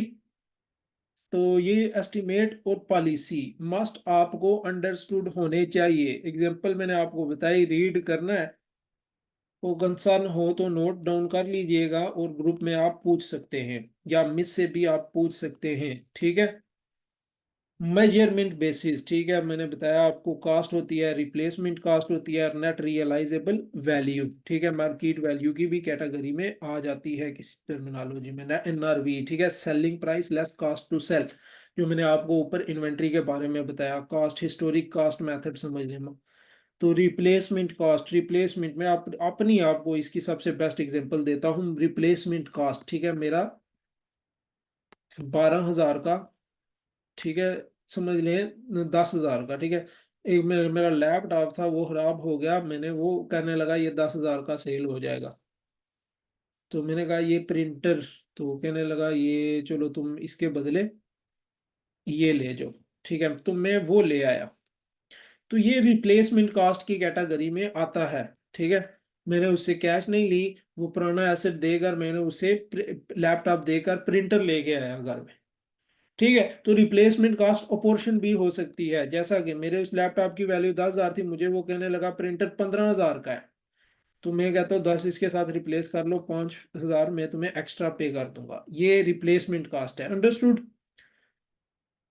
सिलेक्टिंग अकाउंटिंग पॉलिसीज, कैसे आपने सिलेक्ट करनी है, जो उसके लिए मोस्ट यूजफुल होगी वो आपने अकाउंटिंग पॉलिसी सिलेक्ट करनी है। फीफो मेथड बेस्ट है, लिफो मेथड बेस्ट है, एवरेज कॉस्ट मेथड बेस्ट है, कौन सा बिजनेस की नेचर पे, ठीक है, इन्वेंट्री, हम उस पे डिसाइड करेंगे कि कौन सा बेस्ट अकाउंटिंग पॉलिसी है यूज करनी है, ठीक है। What makes financial information useful, useful यानी मुफीद कैसे बनती है, इन सब चीजों को फॉलो करोगे। और मजीद जो है 4 प्रिंसिपल्स हैं, 2 fundamental qualitative characteristic and 4 enhancing qualitative characteristics, इन सब को फॉलो करोगे तो आपकी इंफॉर्मेशन बहुत यूजफुल होगी, हर बंदा आपकी फाइनेंशियल स्टेटमेंट्स को अच्छे तरीके से समझ सकेगा, और वो डिसीजन में यूजर में के डिसीजन मेकिंग के लिए बेहतरीन होंगी, ठीक है। कौन कौन सी क्वालिटेटिव, ठीक है। देखो तो मैं इनको ऐसे याद करता था, ये एंड तक मैं याद करता रहा, ठीक है। एंड तक मेरा ये इनसे पाला रहा है, 17 बुक तक, एंड की बुक तक, ठीक है। क्वालिटेटिव कैरेक्टरिस्टिक्स में आपको अपना वे बताता हूँ, 2 फंडामेंटल क्वालिटेटिव कैरेक्टरिस्टिक्स, इनको मैं नाम दिया करता था FR, आपको तो जस्ट नेम पूछ लेते हैं। 2 फंडामेंटल क्वालिटेटिव क्या कहते हैं क्वालिटेटिव कैरेक्टरिस्टिक कौन सी हैं, ठीक है। 4 enhancing characteristic, 4 enhancing qualitative characteristics, FR, FR, ठीक है। FR से मुराद फेथफुल रिप्रेजेंटेशन और रेलिवेंस, ये एक हो गई, और ये दूसरी फेथफुल रिप्रेजेंटेशन और रेलिवेंस। 4 इनहांसिंग में काउट, CUVP, मैंने ये comparability, understandability, verifiability, timeliness. Faithful representation, ठीक है।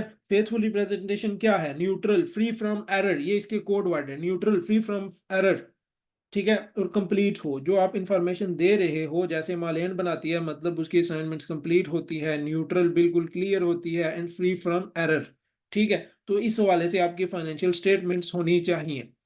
तो वो तभी विदाउट बायस और मैनिपुलेशन, मैनिपुलेशन के जानबूझ के आपने क्रिएटिव अकाउंटिंग वहां पे ना की हुई हो, आपने फायदे की अकाउंटिंग ना की हुई हो, आपने सेल जो रिकॉग्नाइज नहीं होनी थी वो भी रिकॉग्नाइज की हुई है, प्रॉफिट को इंक्रीज करने के लिए आपका जो एक्सपेंस रिकॉग्नाइज होना था वो नहीं रिकॉग्नाइज किया हुआ, ताकि आप की स्टेटमेंट ज्यादा शो हो जाएगी। बड़े आगे की बातें जब आप पढ़ेंगे ना, बड़े ये कॉन्सेप्ट आपको यूज होंगे, लेकिन बेसिक आपका स्ट्रॉन्ग होना चाहिए, क्लियरली डिस्क्राइब, ये फेथफुल रिप्रेजेंटेशन में आता है। फिर जो है relevance, relevant to the decision maker of the user, ठीक है। कि वो वाली चीजें आपने मस्ट इंक्लूड करनी है जो डिसीजन मेकर्स के लिए बहुत जरूरी हूं, जो डिसीजन मेकिंग को इन्फ्लुएंस कर सकती हैं, ठीक है, असर रखती हैं। It has the ability the economic decisions of user and its provide its time influence to those decisions, ठीक है। तो डिसीजंस के लिए बहुत ज्यादा इंपॉर्टेंट होती हैं वो वाली चीजें, रेलिवेंस की कैटेगरी में आती हैं। जैसे मैंने वो मटेरियलिटी, मटेरियलिटी की टर्म इधर ही आती है रेलिवेंस में, ठीक है। अब ये 4 इनहांसिंग क्वालिटेटिव का कंपेरेबिलिटी मैंने आपको पहले ही बताया कि आपकी फाइनेंशियल स्टेटमेंट्स क्या होनी चाहिए, कंपेरेबल होनी चाहिए, ठीक है। कैसे होंगी, अगर आप same accounting policies consistent basis पे बना रहे हैं, तो कंपेयर आपके अपने प्रीवियस ईयर से और इंडस्ट्री में जो अदर कंपनीज हैं उनसे कंपेयर आप कर रहे हूँ, ठीक है। कि यार ये इस कंपनी की प्रोग्रेस कैसे जा रही है, मेरे कंपटीटर की कैसे जा रही है, ठीक है। जो मैं हूँ एक इन्वेस्टर, मैंने कंपनी ए जैन की कंपनी है, एक मेरी कंपनी है, मालेन की कंपनी है, ठीक है। अब एक जो है कौन है इन्वेस्टर, हसीब है, जाफर है, इन्वेस्टर हैं ये। तो ये देखेंगे ना, तीनों की एक ही इंडस्ट्री है, क्लॉथ्स इंडस्ट्री है, ठीक है। ये सब की फाइनेंशियल स्टेटमेंट्स कंपेयर करेंगे, ठीक है। तो हमारी जो है इंडस्ट्री में रहते हुए सेम स्टैंडर्ड्स हमने इस्तेमाल किए हुए हों, जो इंटरनेशनल स्टैंडर्ड्स होंगे, ताकि एक दूसरे से कंपेरेबल के काबिल हों, ठीक है। तो फिर हमारी अपनी स्टेटमेंट्स में इतनी कंसिस्टेंसी होनी चाहिए कि वो लास्ट ईयर से कंपेरेबल हों, ठीक है, कि 2022-23 की स्टेटमेंट पिछले से कंपेरेबल होगी, पिछले में इसका रेवेन्यू कितना था, एक्सपेंस कितना था, ठीक है, इसके रेवेन्यू एक्सपेंडिचर्स कितने थे, इसके कैपिटल एक्सपेंडिचर कितने थे, ये सब कुछ कंपेयर, वेरीफाइएबिलिटी कि जो चीज़ आपकी हो ना उसकी बेस हो, वेरीफाइएबल होनी चाहिए।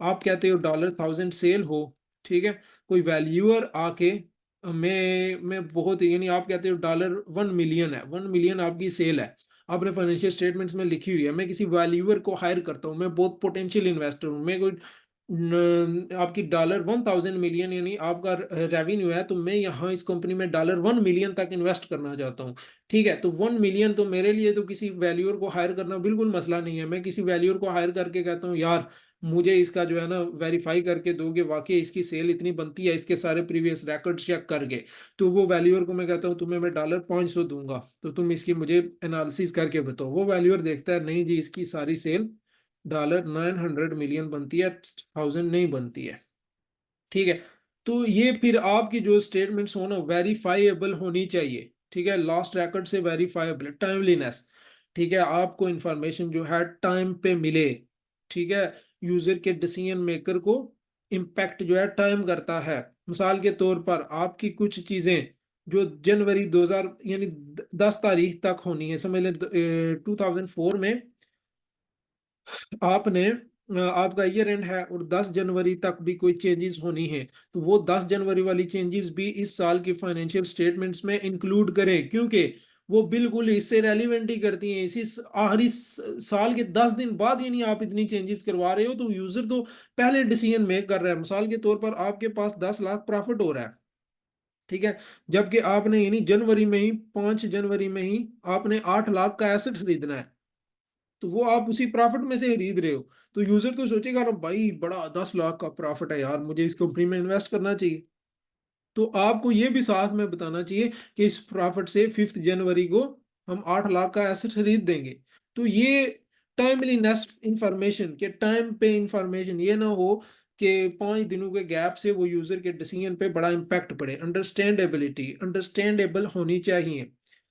ठीक है, तो the way in which effects of transaction and other events are classified, कैसे कैसे हो रहा है ये सब कुछ, कैसे क्या information presented capabilities of users, ठीक है, कि यूजर्स की कैपेबिलिटीज के मुताबिक भी यानी कुछ ना कुछ आसानी होनी चाहिए उनमें कि वो अंडरस्टैंड कर सकें, तो यूजर भी फाइनेंशियल स्टेटमेंट्स को उसी वक्त अंडरस्टैंड कर सकता है जब उसमें थोड़ा इकोनॉमिक बिजनेस लेवल का नॉलेज होगा, तो otherwise he could not interpret the financial statement, ठीक है।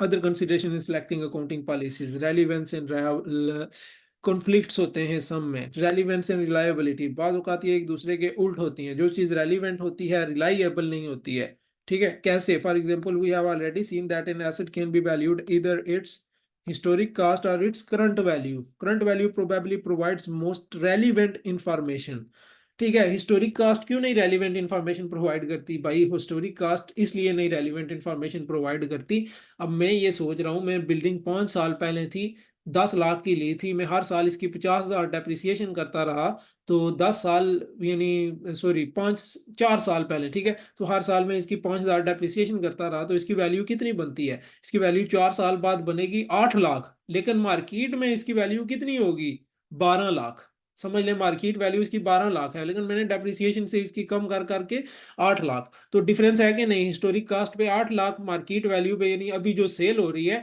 वो 12 लाख पे हो रही है, तो रेलिवेंट कौन सी इंफॉर्मेशन है, रेलिवेंट तो 12 लाख है क्योंकि प्रॉपर्टी की असल वैल्यू 12 लाख है, जबकि हम उसको हिस्टोरिक कास्ट पे 8 लाख रिकॉग्नाइज करवा रहे हैं, तो बाज़ औक़ात रेलिवेंस और रिलायबिलिटी, इंफॉर्मेशन रिलायबल कौन सी है, रिलायबल 8 लाख है क्योंकि वो हमने खरीदी इतने की थी, डेप्रिसिएशन हुई तो ऐसे आया, तो ये आपस में कॉन्फ्लिक्ट हो सकते हैं, ठीक है, इसी तरीके से neutrality and prudence, reliable information should possess both these qualities, neutrality means freedom from bias but prudent may result in bias, prudent may result in bias से मुराद हम डायरेक्ट यानी करते ही करते हैं प्रूडेंस, प्रूडेंस के asset should never be over stated और liabilities should never be understated, ठीक है, ये हम प्रूडेंस ही करते हैं, एक एसेट की साइड हो जाते हैं और एक लायबिलिटी की भी साइड हो जाते हैं, ठीक है, हम दोनों को एक जैसा न्यूट्रल नहीं रखते हैं, हम एक चीज को बढ़ा रहे हैं दूसरी को कम कर रहे हैं, समझ आ रही है, तो ये भी दोनों में तजाद है, हम कहते हैं दोनों प्रिंसिपल फॉलो भी होने चाहिए, ठीक है, और दोनों में तजाद भी है। तो फिर जो है ना, हमने सेंस बनाना है, देखना होता है कि कौन सा किसके लिए बेस्ट है, फिर उस वे पे हमने जाना होता है कि न्यूट्रलिटी यहाँ पे बेस्ट ऑप्शन है वो सिलेक्ट करें या प्रूडेंस। समझ आई? तो सबको बैलेंस लेकर relevance and understandability, information that is relevant and reliable may be difficult for some users to understand. ठीक है, रेलिवेंस एंड रिलायबिलिटी हो गई काउंटिंग टर्मिनोलॉजीज में हो तो अंडरस्टैंडेबिलिटी में डिफिकल्ट हो सकती है। फाइंडिंग अ बैलेंस, तो हमें इसका सोल्यूशन क्या है? कंप्रोमाइज करना है भाई। बाज़ औक़ात हमने किसी एक चीज पे जाना है, बाज़ औक़ात दोनों के दरमियान बैलेंस रख के जाना है। समझ आई? ठीक है, लास्ट हमारा टॉपिक आता है revenue from contracts with customers. Revenue पहले ही मैं डिफाइन कर चुका हूँ, अब सिर्फ हम इसके 5 स्टेप्स पढ़ेंगे। रेवेन्यू क्या होता है आपको पता है? Income from the business activities, ordinary activities of the business. Revenue आपको इनकम वही जनरेट होती है। इनकम आपकी बहुत सारी टाइप की होती है, लेकिन मेन रेवेन्यू जो होता है आपका ट्रेडिंग एक्टिविटीज से होता है। आपको मैंने पहले भी कई बार बता चुका हूं कि जैसे आप जो है कौन से क्या चीज बेचते हैं, ठीक है, आप क्लोथ्स के एग्जांपल या चेयर्स के एग्जांपल लेने, आपके चेयर्स का इंडस्ट्री है, वुड इंडस्ट्री है, आप सिर्फ और सिर्फ चेयर्स में स्पेशलाइजेशन है, चेयर्स सेल कर रहे हैं। तो आपकी ट्रेडिंग एक्टिविटी क्या है? चेयर्स सेल करना, चेयर्स, ठीक है, चेयर्स एंड टेबल सेल करना आपकी ट्रेडिंग एक्टिविटीज है, उससे आपकी सेल आएगी। आप जो है समझ लें, आप जो है अपनी पुरानी वुड मशीन जो है वो बेच रहे हैं, तो वो आपकी सेल के रेवेन्यू में नहीं जाएगा। ठीक है, वो अदर इनकम की कैटेगरी में आएगा, वो डायरेक्ट ऊपर टॉप सेल में नहीं जाएगा। ठीक है, तो आपकी ऑर्डिनरी एक्टिविटीज ऑफ बिजनेस जो होती हैं उनको इनकम कहते हैं। This will arise from the sale of goods और सर्विसेज टू द कस्टमर्स, जो आप कस्टमर्स को सेल और गुड्स एंड सर्विसेज करते हैं। जैसे मेरी सेल सर्विसेज की सूरत में आपको टीचिंग सर्विसेज प्रोवाइड करना है। ठीक है, मैं अगर आपको कहूं कि आप मुझसे पेन भी ले सकते हो, पेंसिल्स भी ले सकते हो, ये मेरी ट्रेडिंग एक्टिविटीज नहीं आएगा, ये अदर इनकम में आएगा। अंडरस्टूड? ठीक है, देखो तो revenue is recognised matching principle की डेफिनेशन के मुताबिक, revenue is recognised when it has been earned which is not necessarily when the cash is received in relation to a sale. समझ आई? कि मुझे कब कैश रिसीव हो रही है ये मैटर नहीं करता है। मैं अगर आपको आज 5 चैप्टर्स क्लियर करवा चुका हूँ, ठीक है, 5 चैप्टर्स मैंने आपके क्लियर करवा चुका हूँ, मैंने कहा 25% सिलेबस मेरा क्लियर हो गया, तो मैं अपने अकाउंटिंग रिकॉर्ड्स में, ठीक है, कितना, यानी अगर 20,000 फीस है तो मैं अकाउंटिंग रिकॉर्ड्स में 5,000 रिकॉग्नाइज कर दूंगा, चाहे मुझे मिले हैं या नहीं मिले हैं। लेकिन अगर आपने एडवांस में मुझे 20,000 दे दिए तो फिर मैं कैसे रिकॉग्नाइज करूंगा? 5,000 तो रिकॉग्नाइज होंगे ही होंगे, लेकिन 15,000 डेफर्ड इनकम में रिकॉग्नाइज होंगे, वो मेरे लिए लायबिलिटी होगा, क्योंकि अभी मैंने परफॉर्मेंस अपनी पूरी नहीं की तो इनकम ले लिया है, तो वो मेरे लिए कर्ज होगा। वो कर्ज कैसे खत्म होगा? जो मैं आपको क्लासेस देता रहूंगा, आपका सिलेबस कवर करता रहूंगा, तो उस हिसाब से। ठीक है, समझ आई इसकी? अच्छा, इसका जो है रेवेन्यू रिकॉग्निशन देख लें, 5 स्टेप्स प्रिंसिपल होता है, और ये भी बहुत इंपॉर्टेंट है, रेवेन्यू वाला आपका 17th पेपर तक नहीं जान छोड़ेगा। IFRS 5 की, IFRS 15 में आता है रेवेन्यू। ठीक है, पहले क्या, आइडेंटिफाई द कॉन्ट्रैक्ट, हमारे दोनों पार्टीज के दरमियान कोई कॉन्ट्रैक्ट हुआ हुआ है, हाँ हमारे दरमियान हुआ हुआ है, मैं आपको सर्विसेज दूंगा, आप मुझे फी देंगे। ठीक है, तो ये कॉन्ट्रैक्ट है। देख लें, the seller has obligation to provide the agreed good और services and then has the right to receive revenue as agreed, जैसे तब है। ठीक है, अब देखें, identify the separate performance obligations, और यकीन माने भाई जो बातें मैं ये अभी बता रहा हूँ ना, किसी F7 के स्टूडेंट से पूछना, अगर आपने ये बातें अभी पिक कर ली ना, तो आप F7 का सिलेबस ये पिक करवा रहा हूँ मैं आपको। ठीक है, आप F7 के स्टूडेंट से पूछना ये आपको पता है, वो कहेगा नहीं यार माशाल्लाह आपको तो बड़ा आ रहा है। ठीक है, identify the separate performance obligations, कोई नहीं इतना डिटेल में ये चीजें बताता है, और वो भी FA2 के लेवल पे। सेपरेट परफॉर्मेंस ऑब्लिगेशन से क्या मुराद है? सेपरेट परफॉर्मेंस ऑब्लिगेशन, क्या मैं ये जो सर्विस दे रहा हूँ इसमें कोई एक ही ऑब्लिगेशन है या सेपरेट है? ठीक है, मैंने आपको सेपरेट करके बताया हुआ है। कैसे? कि मैं आपसे लूंगा सिलेबस कवर करने पे 7,000। ठीक है, तो दूसरा मेरा एप्लीकेशन क्या है कि पास करवाना, आपको एग्जाम पास करवाऊंगा तो लूंगा 5,000। समझ आई? ये मेरे 2 परफॉर्मेंस ओब्लिगेशंस हैं। वन, मैंने ओब्लिगेशन सेटिस्फाई किया तो मैं ये सिलेबस के पैसे लूंगा, अदर ओब्लिगेशन सेटिस्फाई किया तो मैं ये पास करवाने के पैसे लूंगा। समझ आई? Performance obligations within a contract, मेरा जो आपसे कॉन्ट्रैक्ट हुआ है ये 2 परफॉर्मेंस ओब्लिगेशंस हैं, इसमें मेरे लिए वो 2 फुलफिल होंगे तो मैं आपसे ये टोटल अमाउंट लूंगा। ठीक है, ये एग्जांपल पढ़ लेना, आपको समझ आ जाएगी। अब determine the transaction price, two performance obligations हैं तो ट्रांजैक्शन प्राइस डिटरमिन हो जाती है, ये 12,000 है ट्रांजैक्शन प्राइस। क्लियर? ठीक है, 12,000। ठीक है, फिर लास्ट है allocate the transaction price to the performance obligation in the contract. ठीक है, to the performance obligations in the contract. ठीक है, ये जो है ना अभी प्राइस इनको नहीं देनी थी, अभी ये जो है ना समझ लें कि सिर्फ पॉइंट हमने सेपरेट करने थे। हाँ, सिलेबस पे रेवेन्यू था और पास पे रेवेन्यू था। ठीक है, फिर हमने एलोकेट ट्रांजैक्शन प्राइस की तो 12,000, 12,000। अब जो है परफॉर्मेंस ऑब्लिगेशन को, ईच परफॉर्मेंस ऑब्लिगेशन को प्राइस दी 7,000 और 5,000। ठीक है, ये पढ़ लेना, एग्जाम्पल भी लिखी हुई, आपको समझ आ जाएगा। फिर देखो मैंने रेवेन्यू रिकॉग्नाइज कब करना है, जो बात मैं आपको करता हूं, performance obligation is satisfied, revenue recognize revenue only when the performance obligation is satisfied। Performance obligation कब सेटिस्फाइड होते हैं, या तो मैं अगर गुड्स दे रहा हूं तो गुड्स आपके हाथ में चली जाए, कस्टमर के हाथ में गुड चली गई तो तब परफॉर्मेंस ऑब्लिगेशन सेटिस्फाइड हो जाएगा, फिर चाहे कस्टमर ने मुझे पैसे दिए या नहीं दिए मैं सेल रिकॉग्नाइज करूंगा। इसी तरीके से मेरी सर्विसेज मैंने डिलीवर कर दी तो उस वक्त मैं रिकॉग्नाइज कर दूंगा चाहे आपने मुझे कैश दी या नहीं दी। अंडरस्टूड? अगर आपने मुझे कैश पहले दे दी लेकिन मैंने अभी सर्विसेज नहीं दी तो तब भी मैं रेवेन्यू रिकॉग्नाइज नहीं कर सकूंगा। Revenue is only recognised when performance obligation is satisfied. ठीक है, तो services when the services have been supplied or delivered using the previous example, ये आप एग्जांपल को देख लीजिएगा। ठीक है, तो ये देखें तो if amounts are received in advance from the customer it should be accounted for, मैंने आपको बता चुका हूँ, ये डेफर्ड इनकम लायबिलिटी में आता है। तो आपने तो कैश रिसीव की होती है, मैंने आपसे अगर 12,000 एडवांस में रिसीव कर ली, मेरे पास cash debit, deferred income credit, यानी डेफर्ड इनकम, ये इनकम मुझ पे कर्ज है जो मैंने चुकाना है। ये कैसे झुकेगा, मैं जो है समझ ले, मैंने अगर आपने मुझे 12,000 दिए, ठीक है, 3 3 हजार 20 25% में 3,000 मेरा रिकॉग्नाइज हो गया, डेफर्ड इनकम को मैं रिड्यूस करवा दूंगा।